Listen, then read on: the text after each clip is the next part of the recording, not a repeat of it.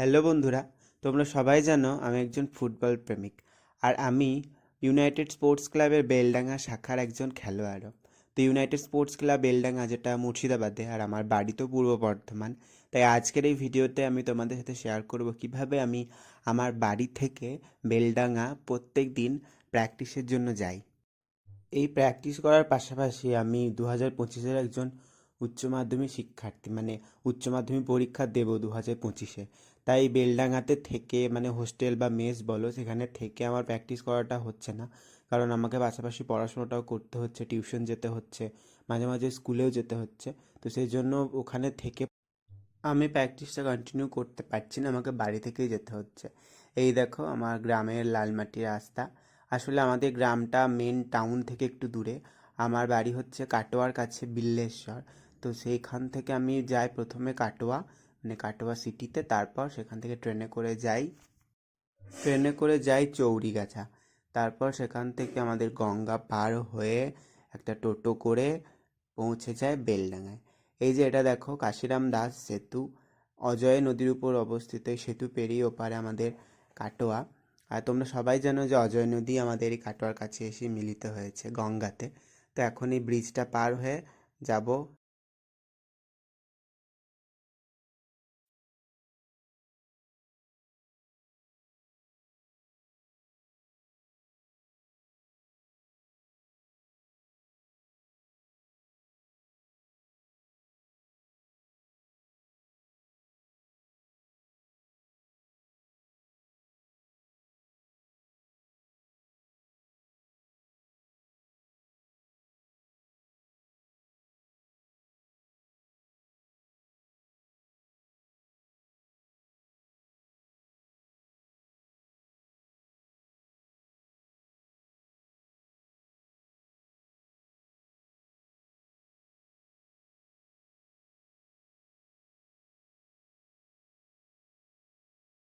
কথা বলতে বলতে চলে এসেছি কাটোয়া। ওই যে দূরে দেখা যাচ্ছে কাটোয়া রেল স্টেশন।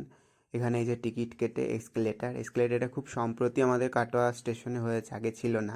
তাই এসকেলেটার করে এখন উপরে উঠে সেখান থেকে আমার ট্রেনের জন্য ওয়েট করব।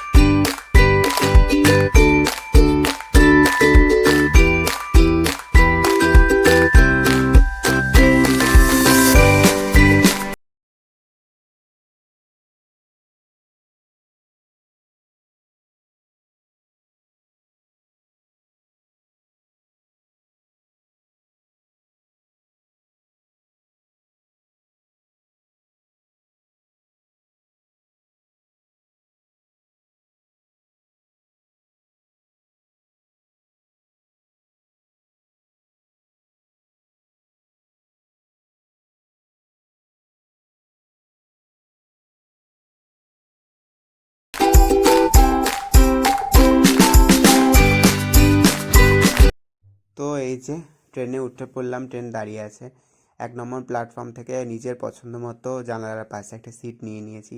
আর দেখো কথা বলতে বলতে আমাদের কাটোয়া স্টেশন থেকে ট্রেন ছেড়েও দিল।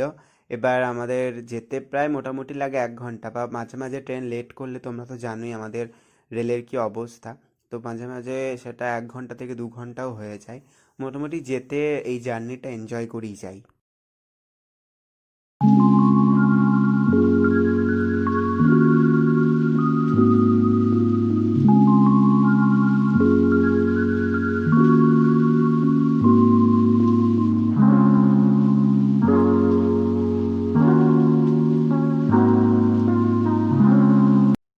আর কথা বলতে বলতে দেখো চলে এসেছি চৌরিগাছা।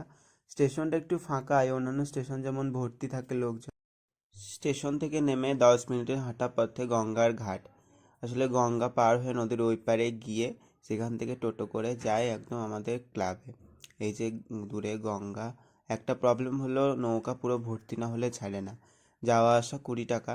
আর আমি যেহেতু প্রত্যেক দিন যাই সেই জন্য আমার জন্য নেয় 10 টাকা। এখন ভর্তি হোক। আর এই যে ভর্তি হয়ে গেছে, বসে পড়েছি, দেখতে পাচ্ছ নদীর ওপর দিয়ে যাচ্ছি।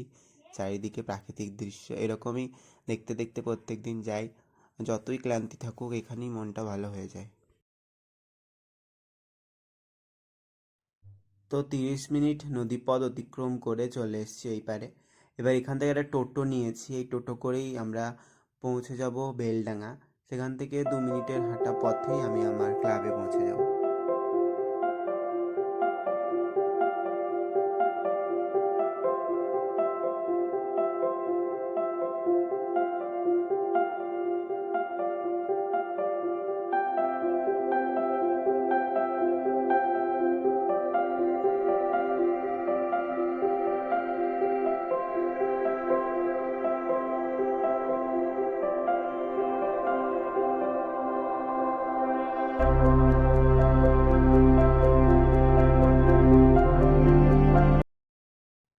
তো টোটো থেকে নেমে 2 মিনিটে হাঁটা পথে দেখো দূরে দেখা যাচ্ছে আমার ক্লাব।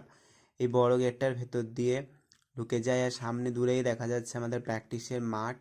আর ডান দিকে হচ্ছে যে ক্লাবের অফিসগুলো, স্যাররা থাকেন, ক্লাবে কাজকর্ম হয়, আর আমরা ওখানে গিয়ে ড্রেস চেঞ্জ করি, একটু ফ্যানে বসি। আর খেলাধুলা মানে শুধুই তো আর মাঠে প্র্যাকটিস করাই নয়, আমাদের কাগজে কলমেও কিছু পড়াশোনা রয়েছে, যেগুলো মানে ক্লাসরুম। সেই ক্লাসরুমে পড়াশোনাগুলো এই ডান দিকের হলগুলোতেই হয়ে থাকে। এখানে অনেক গাছ লাগানো হয়েছে। আর এই যে দূরে দেখছো কত বড় মাঠ, এখানেই আমরা প্র্যাকটিস করি। ছোটোখাটো ফুলের গাছও লাগানো হয়েছে যাতে দেখতে সুন্দর হয়। এই যে দূরে মাঠ, এই মাঠটাতেই আমরা প্র্যাকটিস করি।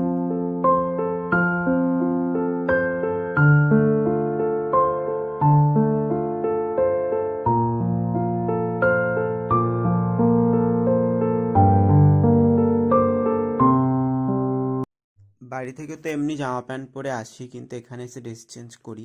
এই যে আমাদের ড্রেস, এই ড্রেস পরেই আমাদের প্র্যাকটিস হয়। আমাদের বন্ধুরা সবাই চলে এসছে, স্যাররাও মাঠে আমাদেরকে ডাকছে। এই যে মাঠ, এখানে আমাদের প্র্যাকটিস হবে।